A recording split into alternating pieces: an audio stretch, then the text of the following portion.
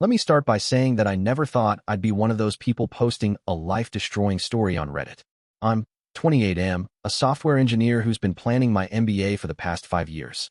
Every single paycheck, I've been meticulously saving, cutting corners, living in a tiny apartment, and driving a beat-up Honda that's basically held together by duct tape and prayers. Jake and I go way back. We've been best friends since freshman year of college. We were inseparable, the kind of friends who knew each other's darkest secrets, who would drop everything to help the other.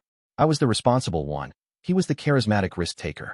We balanced each other out perfectly, or so I thought. When I got my job at a tech startup 3 years ago, I made a decision that would ultimately destroy everything. I asked Jake to help me manage my MBA savings. He worked in finance, had this smooth-talking demeanor, and seemed to know everything about investments. My first mistake was believing that being good with words meant being good with money. "I'll keep it in a high-yield savings account," he said. "Trust me, I've got connections." I watched him set up what looked like a legitimate online banking portal. He'd send me screenshots monthly showing my balance growing.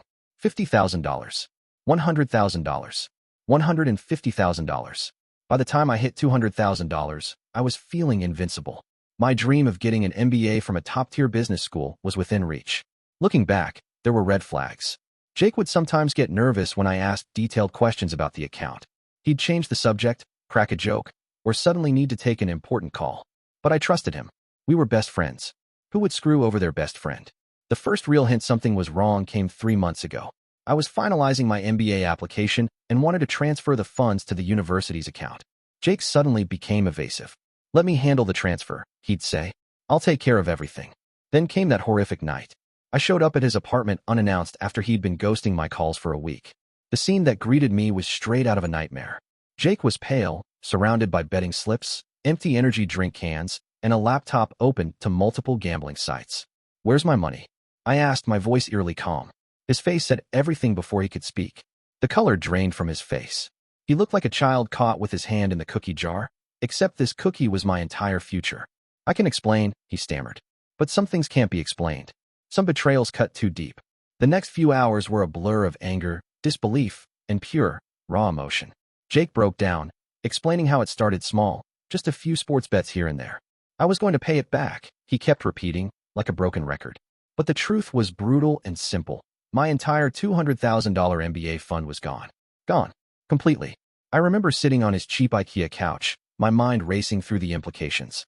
My carefully constructed plan, 5 years of sacrificing weekends, working overtime, living like a college student despite having a 6-figure tech job, had been obliterated in what Jake casually called a bad run of luck. "How much?" I asked, my voice deadly calm. Jake wouldn't meet my eyes. "All of it," he whispered. "Maybe a bit more." A bit more turned out to be an additional $50,000 he'd borrowed on credit cards and through some online gambling platforms. He was not just broke, he was deep in debt, and I was the collateral damage. My first call was to my lawyer, Sarah. We'd gone to college together, and she'd always been the pragmatic one. Her initial response was clinical. "Document everything," she advised. "Every text, every screenshot, every piece of communication. We'll need a paper trail." The next few days were a nightmare of legal consultations and painful realizations. Jake had committed multiple felonies, theft, fraud, and potentially money laundering through various gambling platforms. But legal action wouldn't magically restore my savings. My MBA application? Destroyed. The top-tier business school I'd been targeting had a strict deadline, and without the funds, I was out.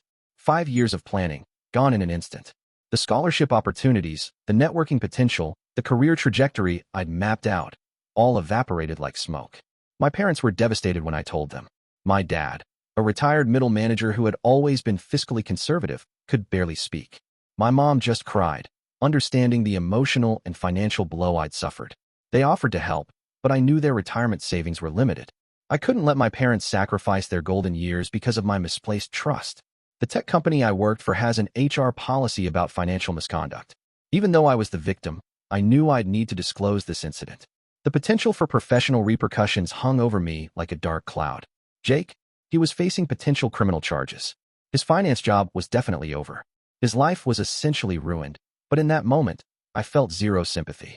He had not just stolen money, he had stolen my future. As I sat in my small apartment, surrounded by rejection letters and shattered dreams, I realized trust is the most expensive currency, and I had just paid an incredibly high price for a lesson I would never forget. The months following Jake's betrayal were the most challenging of my life. Legal proceedings dragged on, and while the criminal investigation progressed, my financial and professional future hung in limbo.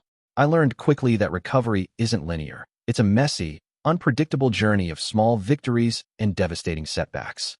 My lawyer managed to freeze some of Jake's assets, but the reality was harsh.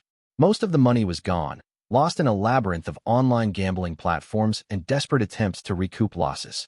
The court-ordered restitution would be minimal, a drop in the ocean compared to what I'd lost. I decided to take control of my narrative. Instead of letting this destroy me, I would rebuild differently, smarter. I started by taking night classes in financial management and investment strategy. If nothing else, I'd become the expert I thought Jake was. Every class was a small act of defiance against the betrayal that had nearly broken me. My tech company was surprisingly supportive. When I fully disclosed the situation, my manager recommended me for a special project that came with a significant bonus and performance-based compensation. It wasn't my MBA dream, but it was an opportunity. I threw myself into the work with the intensity that surprised even me. 6 months after the incident, I started a small side hustle, consulting for startups on financial risk management.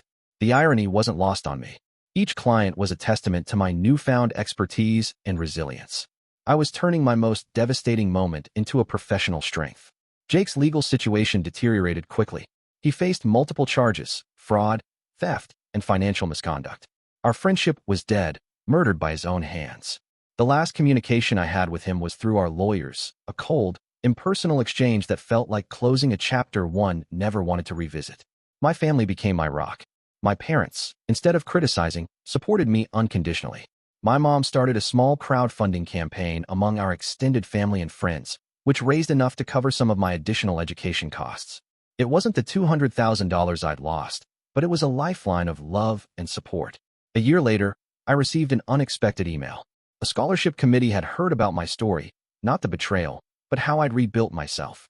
They offered a partial scholarship for an executive MBA program, recognizing my resilience and professional growth. It wasn't the full ride I'd originally planned, but it was something. Looking back, I realized that Jake didn't just steal my money. He gave me an unexpected gift, the understanding that my worth isn't measured in dollars, but in how I respond to adversity. My MBA might have been delayed, but my education in life had been accelerated.